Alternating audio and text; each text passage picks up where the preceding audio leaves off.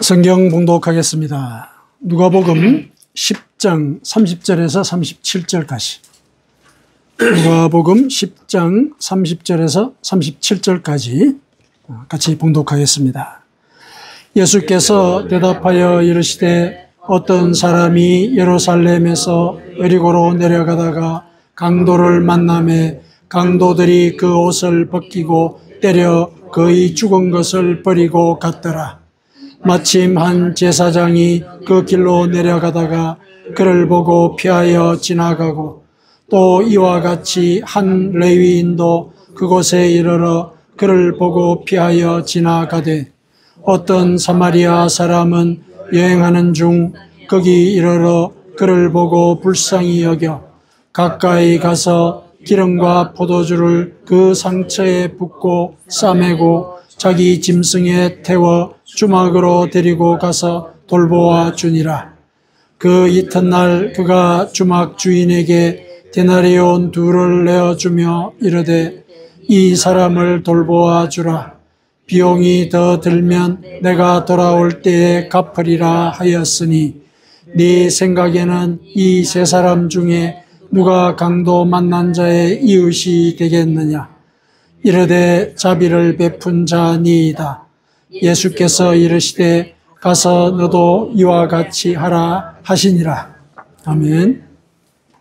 우리가 지난주에 이어서 오늘은 두 번째로 예수님의 속성이라 그러면 그분을 좀 추상화시키는 점이 없잖아 있지만은 그분이 우리에게 삶으로서 일러주고자 하시는 그 메시지로서의 그분의 모습, 그거를 또 두 번째로 살펴보도록 하겠습니다.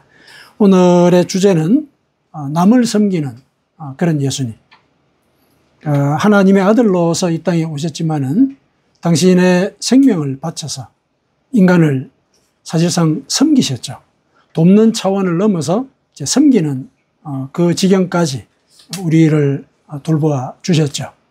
그런 모습에서 우리가 어떤 신앙인의 자세를 배울 수 있을 것인가, 그걸 같이 살펴봤으면 좋겠습니다. 오늘 본문은 이제 익히 많이 아시다시피 선한 사마리아인의 비유지요. 우리가 이 사마리아인의 비유를 살펴보기 전에 이 비유를 왜 예수님께서 말씀을 하셨는지 그 의도부터 조금 살펴봐야 될 겁니다. 배경을 좀 알아볼 필요가 있죠. 예수님께서 이 비유를 하시기 전에 율법 교사가 예수님께 질문을 합니다. 영생의 길이 무엇입니까? 이렇게 질문을 해요. 예수님께. 왜냐하면 예수님이 복음을 전하시는 그 모든 과정 속에 중요한 메시지가 영생과 관련되어 있지 않습니까? 그러니까 율법 교사가 자기가 알고 있는, 율법 교사니까 율법에 대해서 얼마나 정통하겠어요. 율법에 따르면은 영생이라고 하는 것은 이런 것인데 영생의 길을 가르치는 예수라는 저분은 무엇을 가르치고 있을까? 사실상 조금 시험을 해보고 싶었어요. 시험하여 이르되 이런 말이 기록이 되어 있거든요. 시험에서 영생의 길이 무엇이냐 이렇게 이제 질문을 했습니다. 그러자 예수님께서는 그 질문에 대해서 즉시 답을 하지는 않으셨어요. 그러니까 성경에 뭐라고 적혀 있던가, 율법에 뭐라고 적혀 있던가 이렇게 다시 반문을 하셨어요. 근데 율법 교사니까 반문을 한 거죠.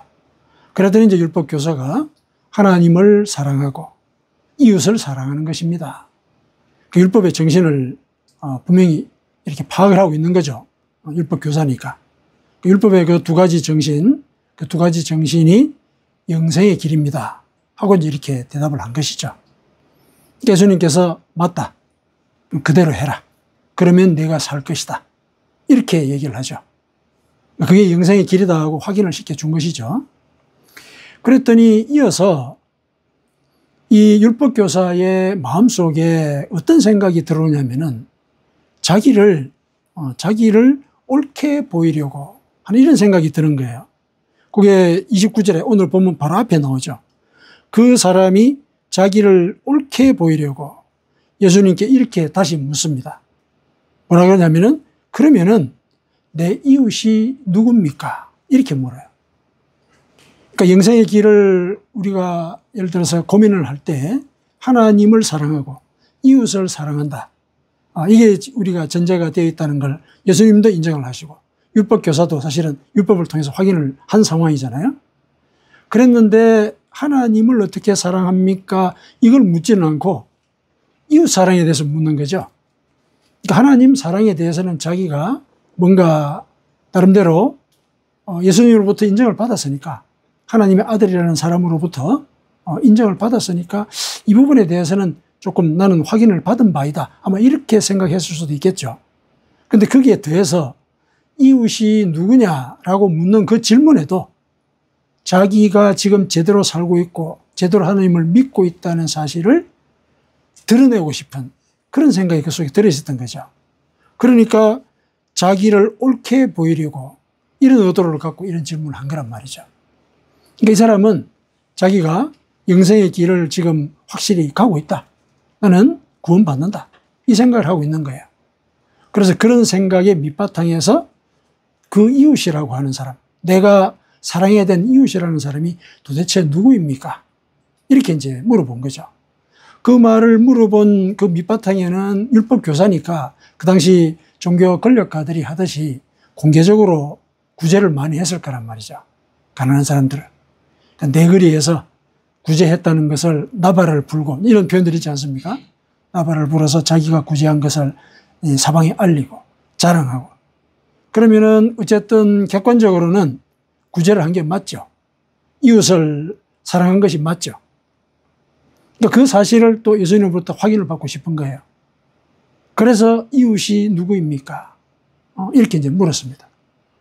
그래서 이 질문을 듣고 예수님께서 이 비유를 들려주시죠. 이 비유 속에 선한 사마리아인이 나오지 않습니까? 선한 사마리아인이 나오는데, 선한 사마리아인이 이제 여행을 하는 중이었죠. 그런데 그 앞에 이제 한 사람이 예루살렘에서 여리고로 내려가고 있었다, 이렇게 얘기를 하죠. 그러니까 아마 이 사람은 유대인일 가능성이 크죠. 예루살렘에서 이제 여리고로 내려가고 있었는데, 여리고는 그 당시 물산이 이렇게 집산하는 그런 곳이거든요. 굉장히 번성한 그 도시에, 거기 아마 무슨 업무차 혹은 장사를 하러 간다든지 이런 의도로 이제 내려가고 있었던 것이죠. 그러니까 돈도 있었을 것이고, 장사를 하러 간다면 돈을 갖고 갔겠죠. 아니면 물건을 갖고 갔든지, 그러니까 뭔가 강도를 당할 만한 그런 예를 들면 여지가 이제 있는 그런 상황이죠. 그런데 내려가다가 그냥 강도를 만난 거예요. 강탈을 당했습니다. 물건만 뺏긴 게 아니고 거의 죽은 것처럼 초죽음이 되어가지고 이제 버려진 것이죠. 그때 그 곁을 한 제사장이 지나가고 레위인도 지나갔죠. 근데 이들이 다 피했다, 이렇게 되어 있습니다. 그러니까 제사장이나 레위인을 특히 비유상에서 언급을 한 거는 이 사람들이 율법교사 너하고 같은 종류 아니냐, 이런 암시가 그 속에 들어있는 거죠. 종교인들이죠. 제사장들, 레위인들, 율법교사, 같은 종교인들이죠. 그러니까 네가 이웃을 사랑한다고 너 스스로 생각하고 있는데 너는 이 제사장하고 레위인하고 같을 수 있다, 이 암시를 주는 거예요. 암시를 주시는 거죠. 그런데 그때 한 사마리아 사람이 있어서 그 사람은 그를 버려두지 아니하고 불쌍히 여겨서 가까이 가가지고 기름과 포도주를 그 상처에 붓고 싸매고 짐승에 태워서 주막으로 데려가가지고 돌보아 줬다. 근데 자기는 또 볼 일이 있으니까 가야 돼서 주막 주인에게 비용을 주고 좀 돌봐주시오, 간호를 해주시오, 비용이 더 들면은 내가 와서 정산을 하겠습니다, 이렇게 이제 얘기를 했다. 그러니까 율법교사, 네가 보기에는 이 세 사람 중에 누가 저 사람의 참된 이웃이냐, 이렇게 물었죠. 그랬더니 이제 율법교사가 예를 들면은 이 비유 속에 등장인물은 제사장, 그 다음에 레위인, 사마리아인, 이렇게 나오잖아요. 그러면은 사마리아인이 참 이웃이다라고 얘기를 해야 되지 않습니까? 그렇죠. 인물이 그렇게 다 지칭이 되어 있는 인물들이 있으니까. 그런데 이 율법교사가 자비를 베푼 자입니다, 이렇게 얘기를 하죠. 자비를 베푼 자입니다. 이게 뭐냐면은 사마리아 사람이 이 선한 그런 행동을 한 표본으로서 언급되는 걸 인정하기가 싫은 거죠. 유대인들의 그 종족적인 그런 우월의식 때문에 그런 거죠. 그러니까 이 속에서 벌써, 이 말 속에서 벌써 이 사람이 자기 어려움에 쌓여 있구나. 예수님이 레위인과 제사장을 빗대어서 이 사람에게 얘기를 한 바 그대로 율법 교사는 알고는 있는데 실제로 실행을 하지 않는 사람이다. 이런 암시가 이제 그 속에 들어있는 것이죠. 그래서 예수님께서 일러주시되 가서 너도 이와 같이 하라. 이렇게 얘기를 하는 거죠. 그러니까 율법교사가 영생의 길에 대해서 참 잘 알고 있고 명확하게 지적을 했단 말이죠. 그리고 행동적으로 드러나서 그런 일들을 다 했단 말이죠. 예배도 얼마나 열심히 참석했겠습니까? 이웃들도 잘 돕고 그랬단 말이죠. 근데 행동을 했는데 왜 또 예수님께서 하라 이렇게 얘기를 하셨을까? 그의 행동 속에 진심이 실려있지 않다는 얘기죠. 진심이 실려있지 않다는 거예요. 이 사마리아 여인의 행동 속에는 진심이 실려있는 것이죠. 분명히 이 강도당한 사람, 이 사람을 도와줘도 사실은 인정도 못 받고 보상도 못 받잖아요. 다 뺏겼으니까 보상받을 수도 없고 그런 상황이죠. 근데 자기는 또 볼 일이 있어가지고 바쁜데도 그럼에도 불구하고 보상받지 못할 그 일에 시간을 내고 자기 돈을 들인 거 아닙니까? 이런 마음이 있어야 된다는 얘기죠. 뭔가 보상을 기대하고 누군가를 도와준다는가. 그거는 사실은 거래다, 거래. 거래하는 것이지 그거는 사랑하는 게 아니다. 이런 말씀을 하시는 거죠. 그래서 사마리아인과 같이 하라라는 얘기는 그가 보여준 대로 진심으로 이웃을 사랑하는 그런 모습을 보여야 된다. 그게 영생의 길이다. 이 얘기를 한 거죠. 그러면은 좀 더 깊게 율법교사가 생각한다면은 내가 하나님을 믿는다. 하나님을 사랑한다. 라고 했을 때 과연 이것도 내 진심이 실린 것일까? 이거 고민을 해야 되는 거죠. 이 고민을 해야 되는 거예요. 어쨌든 그 고민은 율법교사에게 맡겨졌습니다. 결국 이제 우리도 그와 같은 상황일 수 있는 것이죠. 우리가 하나님을 믿는다라고 얘기를 하고 또 이웃을 돕는 일에 우리는 또 적극적으로 같이 동참을 합니다. 그런 일들 가운데 과연 내가 진심을 실어서 그런 일을 하는 것인가? 그건 이제 우리가 고민해야 되는데 그러면 누군가를 돕는다라고 얘기를 했을 때 진심을 싣는다는 것의 그 표시는 뭐냐? 이거 알아봐야 되겠죠. 표시는 뭘까? 이 비유에서는 보상을 바라지 않는 그런 도움, 그걸 얘기를 하고 있습니다. 물론 여러 가지 진심의 표현들이 있을 수는 있지만은 이 비유 속에서 우리가 읽어낼 수 있는 그 진심의 표현은 보상을 바라지 않는 거죠. 도움을 줬을 때 뭔가 내가 자랑할 거리를 스스로 갖추고 우쭐해 한다거나 그 다음에 뭔가 도움을 받은 사람으로부터 인정을 받으려고 하거나 아니면 주변의 사람들로부터 인정받고자 하는 이런 마음, 이런 어떤 행동, 이런 것들이 없는 상태에서 도움을 베풀어야 그게 진정으로 이웃을 사랑하는 것이다. 지금 그 얘기를 오늘 비유를 통해서 일러주시는 것이죠. 근데 우리가 이제 이웃을 많이 돕는다라고 얘기를 했을 때 이웃을 왜 도울까? 물론 하나님께서 말씀을 하셨기 때문에 돕긴 하지만 근본적으로 돕는 걸 잘하는 사람들이 있어요. 신앙 이전에. 기질이 그런 사람들이 있거든요. 남을 돕는 걸 좋아하고 즐기는 사람들이 있어요.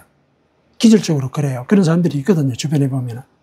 자기가 너무 힘들고 어려운데도 그냥 선뜻 남을 돕는 거예요. 그런 사람이 있습니다. 그게 그 사람의 정체성이에요. 근데 혹시 이제 그 사람이 나는 남을 돕는 사람이다. 이런 정체성에 의해서 그런 일을 한다면은 그거는 자기 만족에 가까운 거죠. 그렇죠. 그런 것들을 우리가 좀 살펴봐야 돼요. 혹시 이제 내가 남을 돕는 걸 참 즐겨하고 좋다. 그랬을 때 혹시 내 속에 나는 원래 남을 잘 돕는 사람이야. 혹시 이런 마음이 없을까? 요거 한번 생각해 봐야 돼요. 그런 생각을 갖고 남을 돕는다면 그 역시 자기 만족을 위해서 남을 돕는 거거든요. 보상을 자기가 하는 거예요. 그 부분에 대해서는. 그런 거 조심해야 되죠. 그 다음에 또 이제 남을 도울 때 이런 경우도 있어요. 사랑을 갈구하는 거예요. 남을 도움으로써. 사랑받고 싶어 하는 거예요. 이걸 달리 얘기하면은 사랑받지 못할까봐 두려워서 남을 돕는 거예요. 이럴 수 있거든요.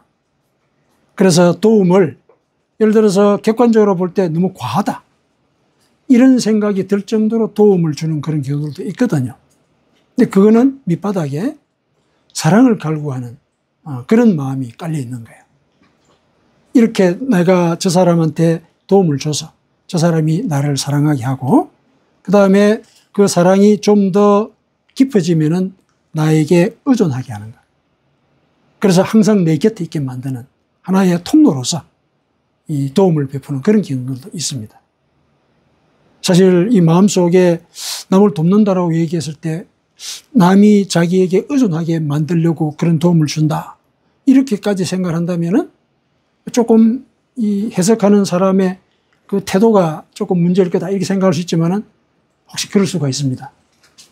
그럴 수가 있죠. 이 도움을 통해서 저 사람의 사랑을 내가 받고 싶은 거죠. 받고 싶은 거. 그럴 수도 있다는 얘기죠. 그 다음에 이제 도움을 주는 사람들의 또 마음 가운데는 다른 사람의 도움은 필요 없어. 이런 생각이 또 있을 수가 있어요. 다른 사람의 도움. 왜냐? 나는 남을 돕는 사람이니까. 돕는 사람이지 도움을 받는 사람이 아니라는 얘기죠. 자기는. 그래서 항상 그래서 돕는 거예요. 나는 도움이 필요 없는 사람이야. 이런 생각이 또 그 도움의 밑바닥에 작용할 수가 있어요. 그래서 우리가 남을 돕는다라고 얘기했을 때 혹시 이러한 생각들이 밑바닥에 없는지 그 우리가 살펴봐야 되겠습니다. 실은 그 부분에 대해서 고민하라고 예수님께서 사마리아인의 비유를 들려주신 것이거든요. 이 비유에 나온 선한 사마리아인은 사실은 예수님이죠. 예수님이죠.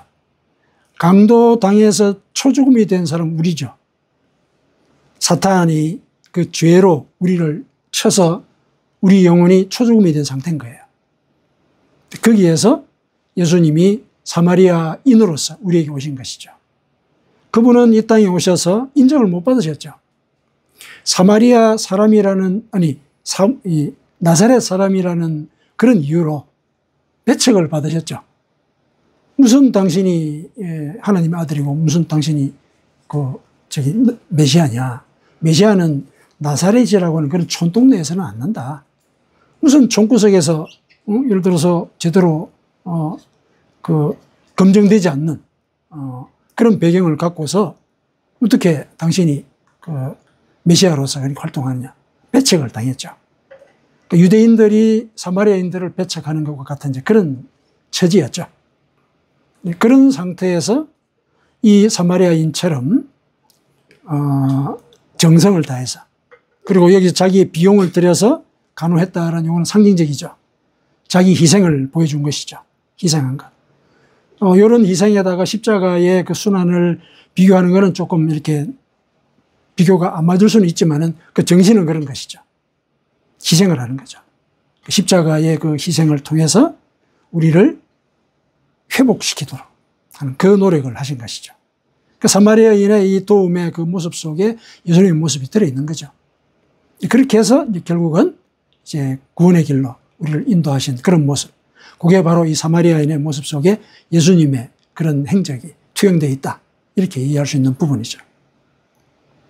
물론 예수님께서 이렇게 우리 인간을 도우시는 그 과정들, 이런 것들을 살펴보면은 앞서 우리가 그 도움을 줄 때 고민해야 되는 그런 부분들, 이런 것들에 대해서도 다시 한번 돌아볼 수 있는 그런 그 실마리들이 조금 있어요.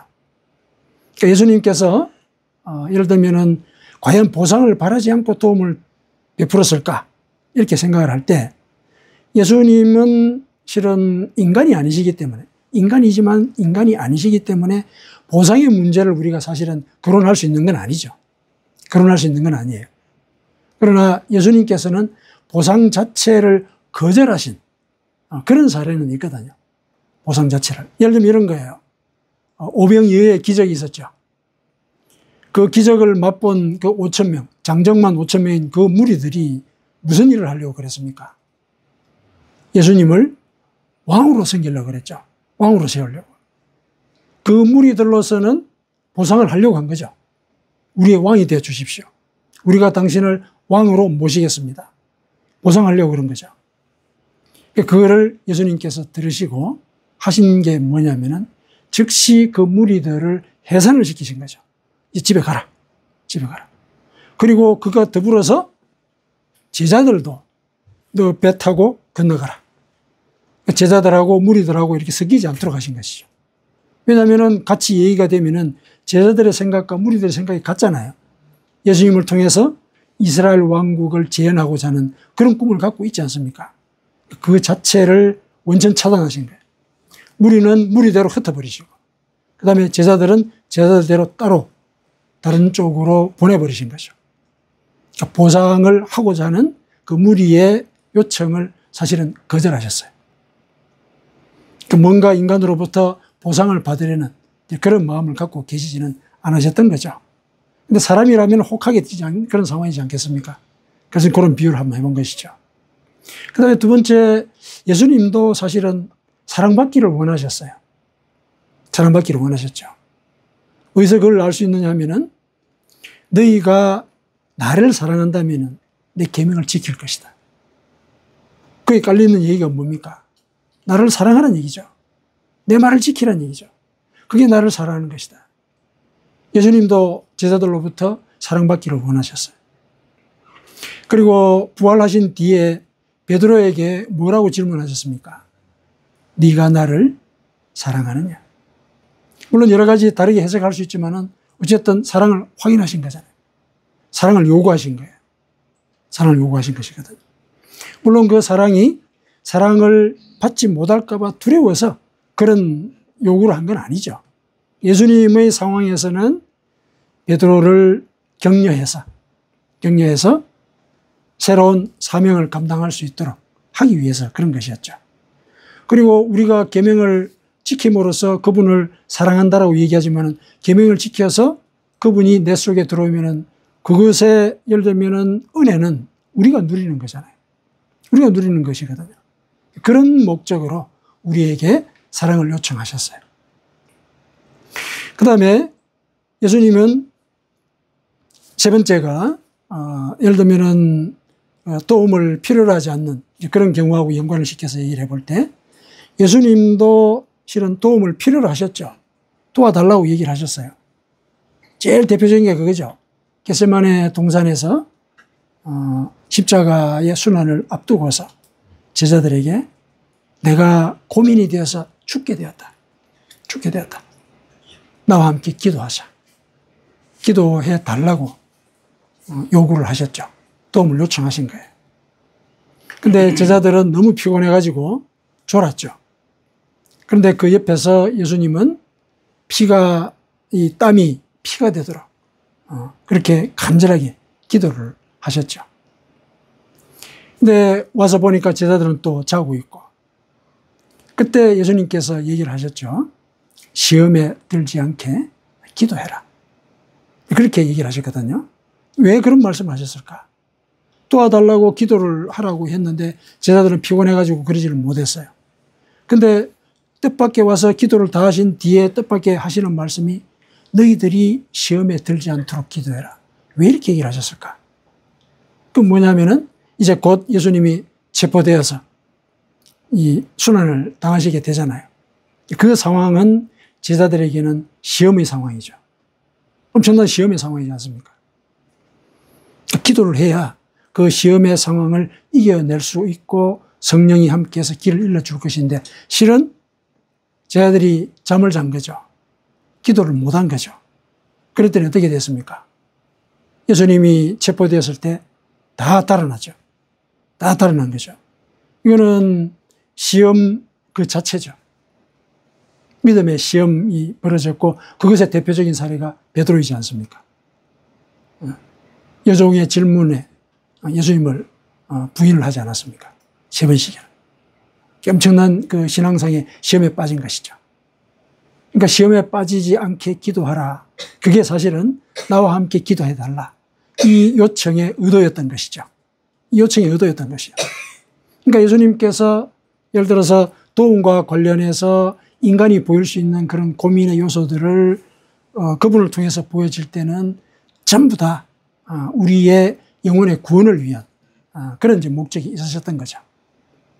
그러면 이제 우리가 예수님께서 보여주신 이런 모습 속에서 우리의 그 고민들을 해결할 수 있는, 또 그 고민들에 대해서 어떤 길잡이가 될 만한 이제 그런 방법들을 우리가 찾아야 되겠죠. 찾아야 됩니다. 제일 먼저 우리가 고민해야 될 부분이 뭐라고 그랬습니까? 내가는 다른 사람을 돕는 자다. 다른 사람을 돕는 자다. 그래서 돕는 자이기 때문에 실은 예를 들면은 또 보상을 또 기대할 수도 있는 거예요. 원래 자기가 기질적으로 그렇게 하지만은 보상을 해주면 기분이 좋잖아요. 인간적으로 볼 때. 잘했다고 박수를 쳐주면은 기분이 나쁘진 않거든요. 근데 그걸 허용하게 되면은 우쭐해지고, 우쭐해지는 것 가운데 교만해지거든요. 교만해지면 이제 자기 의로움이 쌓이게 되죠. 그게 패착을 불러오게 되는 것입니다. 이런 것들을 우리가 고민을 할 때 예수님의 행동으로부터 우리가 읽어내야 될 그 방책은 뭐냐? 내가 사람을 돕는 이 일이 내 기질적인 것이라 하더라도 이 모든 일들에 대한 보상은 하나님이 해주신다. 하나님이 해주신다. 이 생각을 먼저 갖고 있어야 됩니다. 도움을 줄 때 이 모든 도움은 하나님이 은밀하게 보실 때 내가 또 은밀하게 이 행동을 하는 것에 대해서 보상을 해주신다. 예수님을 통해서 그 부분은 분명히 선포가 되었죠. 분명히 선포를 하신 말씀이 이제 그것이죠. 구제할 때 외식하는 자가 사람에게서 영광을 받으려고 회당과 거리에서 하는 것 같이 너희 앞에서 나발을 불지 말라. 진실로 너희에게 이르노니 그들은 자기 상을 이미 받았느니라. 그러니까 보상을 받게 되면은 실은 그 도움은 도운 게 아니고 거래한 거다. 거래. 이걸 도와줬고 보상을 받았다. 주고받았다는 얘기야. 그렇게 되면은 그 상황은 당사자들끼리의 문제예요. 하나님이 개입할 수 있는 여지가 없다는 얘기야. 그런데 모든 것들을 하나님께서 아실 것이라고 믿고 은밀하게 한다. 자랑하지 않는다. 내 스스로 뭔가 마음속 밑바닥에서 조금이라도 사람으로부터의 어떤 보상을 기대하지 않는다. 그걸 하나님이 보신다는 거. 그걸 하나님이 보상하신다는 거. 그 생각을 갖고 남을 돕는 자리에 설 수 있어야 한다는 것이죠. 두 번째 이제 고민해야 될 게 뭐였습니까? 두 번째 고민해야 될 게 남을 돕거나 예를 들어서 그 다음에 도움을 주는 그 모든 과정들이 실은 사랑을 받지 못할까 봐 두려워서 하는 그런 마음에서 출발하지 않도록 하기 위해서는 내가 지금 사람을 돕는 이 여건 자체가 하나님이 허락하신 것이다. 하나님이 주신 그 선물 때문에 내가 사람을 도울 수 있는 것이다. 이런 생각을 할 필요가 있는 것입니다. 하나님이 이 여건을 만드셨다. 재능도 주시고 일할 수 있는 힘도 주시고 또 재물도 주시고 그러셨기 때문에 내가 사람을 돕는 것이다. 이런 생각을 가져야 된다는 얘기죠. 실제로 이 성경 속에서는 그렇게 얘기를 하고 있죠. 빌립보서 2장 13절에서 14절 너희 안에서 행하시는 이는 하나님이시니 자기의 기쁘신 뜻을 위하여 너희에게 소원을 두고 행하게 하시나니. 그러니까 은밀하게 사람을 돕는 거 하나님이 기뻐하신다 그러지 않습니까? 그래서 그분이 보상을 한다 그러지 않으셨습니까? 그러니까 이 기쁘신 이 뜻을 사실은 우리 속에다 심어 놓으시고 우리가 그런 소원을 갖게 하신다는 얘기예요. 갖게 하신다. 그래서 너희들은 모든 일을 원망과 시비가 없게 해라. 이렇게 얘기하거든요. 그러니까 하나님이 그 일을 하시는 데 따라서 우리가 하다 보면은 우리가 원망과 시비가 없이 그 일을 할 수 있다는 것인데 왜 하필이면 원망과 시비를 언급했을까? 이런 거죠. 하나님이 남을 돕도록 내 속에 소원을 두시고 그 소원에 의해서 그 일을 하도록 하셨고 거기에 따라서 내가 행동을 한다면은 자랑할 일이 없죠. 왜냐하면 내가 자발적으로 한 게 아니고 하나님이 그런 마음을 주셔서 여건을 허락하셔서 그런 일을 했기 때문에 내가 자랑할 일이 없는 거야. 원망과 시비가 어디서 생깁니까? 자랑하니까 생기잖아요. 자랑하니까. 오늘날은 그 SNS에서 자기의 상황을 알린다는 그런 명목으로 얘기를 하지만 사실은 그 모든 것들이 밑바닥에는 자랑하고 싶은 거죠. 근데 그것 때문에 사실 관계가 깨지는 경우가 얼마나 많습니까? 사실 별로 사람들이 반기지 않거든요. 다 자랑하는 그런 모습들인 의도를 알기 때문에. 그렇죠. 물론 자랑할 때 기쁘게 박수를 쳐주고 그러면 얼마나 좋겠습니까? 또 그런 대상들이 있죠. 우리가 참 흔쾌하게 정말 기뻐하면서 같이 박수를 쳐줄 수 있는 그런 대상들이 있습니다. 있는데 모든 사람이 그러지는 않거든요. 모든 사람이 그러지는 않거죠. 그런 점들을 우리가 기억할 필요가 있습니다.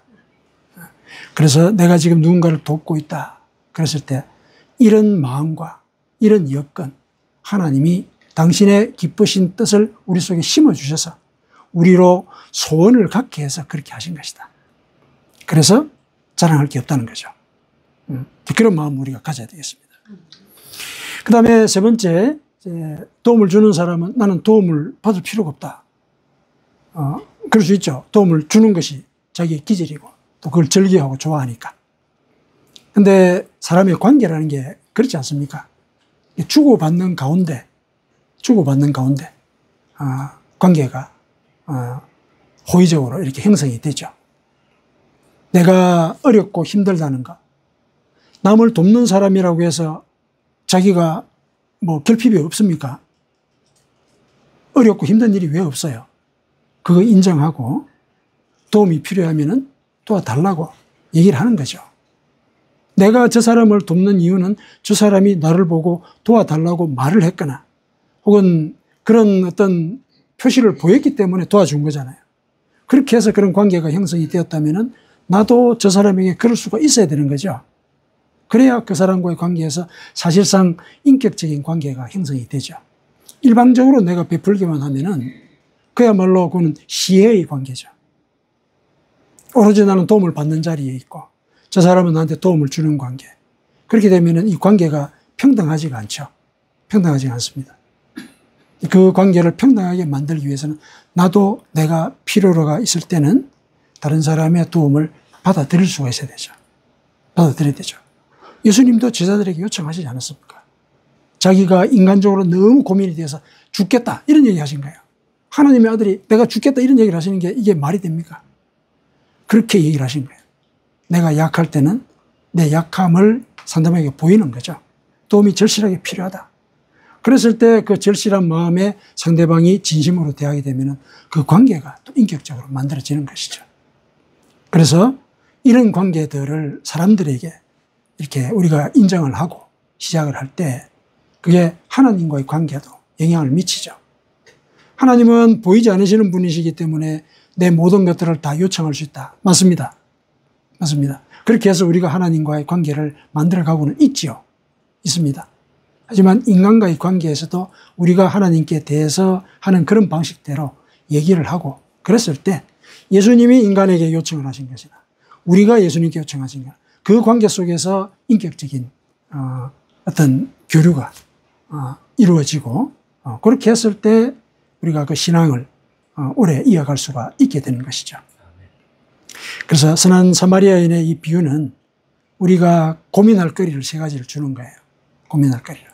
그 고민할 거리는 결국 예수님의 행적을 통해서 우리에게 일러주시는 것이죠. 그래서 우리가 이제 다른 사람을 돕는다라고 얘기를 했을 때 우리가 고민해야 될 거, 우리는 하나님의 보상을 바라는 자들이다. 자랑을 해서 사람들의 보상을 받으려고 하셔는 아니 된다. 이게 이제 기억을 하십시다. 그리고 우리가 사랑을 받기 위해서 남을 돕는 것, 그런 과정이 사실은 다른 사람과의 관계를 지배와 종속의 관계로 만든다는 것, 그걸 우리가 기억할 필요가 있습니다. 인격적인 관계를 만들어 나가야 되는 것이죠. 그리고 이 모든 과정들을 하나님께서 은밀하게 지켜보시고 지켜보시는 그 가운데서 하나님이 예를 들면은 포도나무에 우리가 달려있는 포도송이처럼 영적인 자양을 다 공급을 받는 그런 삶을 살아갈 수 있게 되는 것이다. 아멘.